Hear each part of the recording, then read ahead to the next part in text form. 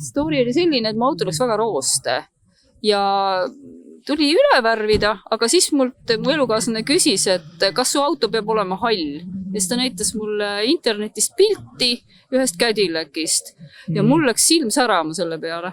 Ja see oli nii ilus ja siis ma mõtlesin, aga ma tahan ka sellist. Aga kuna mu elukaaslane on olnud kunagi noorena automaaler, siis ta ütles, et ega see on võimalik siis teha.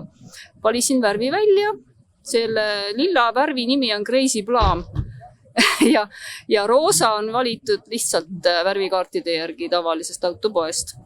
Aga see lilla värv tuli eraldi segada spetsiaalse retsepti järgi, mis on aastast 72. Ja nii ongi. Ja siis ma saingi sellise auto. Ja see on siis värvitud läbi kleidipitsi. See auto oli siis täiesti nagu kleidis, pits kleidis ümberringi.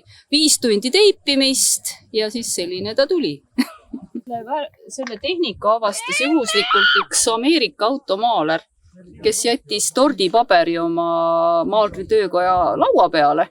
Ja siis ta vaatas, et vau, kui äge muster. Ja siis ta leiutaski sellise viisi, kuidas saab siis mustrit auto peale.